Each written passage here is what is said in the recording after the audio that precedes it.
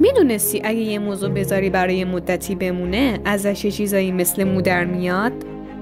اون موقع دیگه میگی این میوه خراب شده و دیگه نمیشه خوردش. میدونی اون موهای روی میوه ها چی هستن؟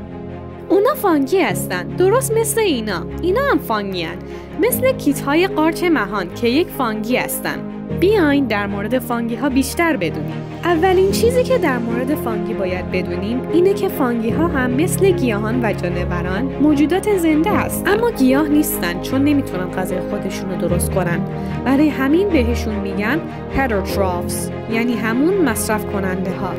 اونا مواد غذایی مورد نیازشون رو با تجزیه مواد دیگه و جذب مواد غذایی اونا به دست میارن و برای همین بهشون میگن decomposers یا همون تجزیه کننده ها. فانگی همه چیز رو تجزیه میکنه، مثل همون موزی که نخوردیم و بعد مدتی شکلش عوض شد و نتیجه شد یک موز decomposed یا همون تجزیه شده و اون موز میشه غذای فانگی و هر چی که ازش مونده غذای فانگی میشه. حالا بیاین یه سری کاراکترهای دیگه فانگی رو یاد بگیریم.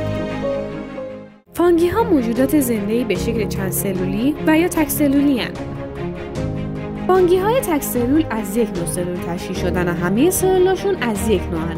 اما فانگی های چند سلول از انواع مختلف سلول ها تشکیل شدن. سلول های فانگی ها میتوکندری دارن و همینطور هسته و قشای سلولی و بقیه اجزای سلول.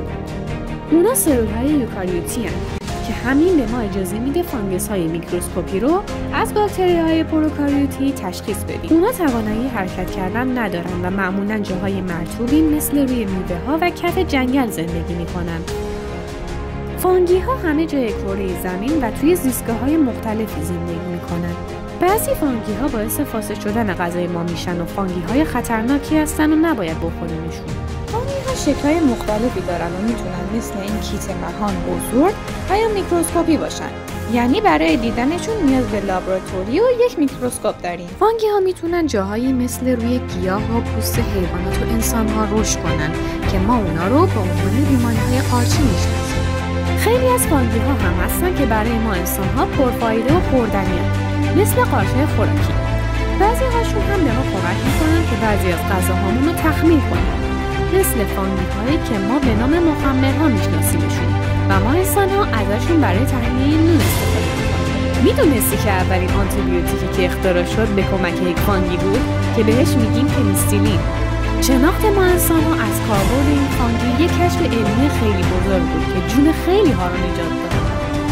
فانگی ها توسط هاگ تولید مثل میکنن. فانگی ها هاگ‌هایی تولید میکنن که خیلی سخت‌جونن و وقتی از قارچ جدا میشن روی زمین پخش میشن. وقتی که شرایط براشون مناسب باشه جوونه میزنن و رشد میکنن و دوباره یه قارچ جدید به وجود میاد. هاگ‌ها مثل بذر درخت‌ها میمونن و وقتی شرایطشون مناسب باشه خیلی سریع رشد میکنن. خیلی باحاله، نه؟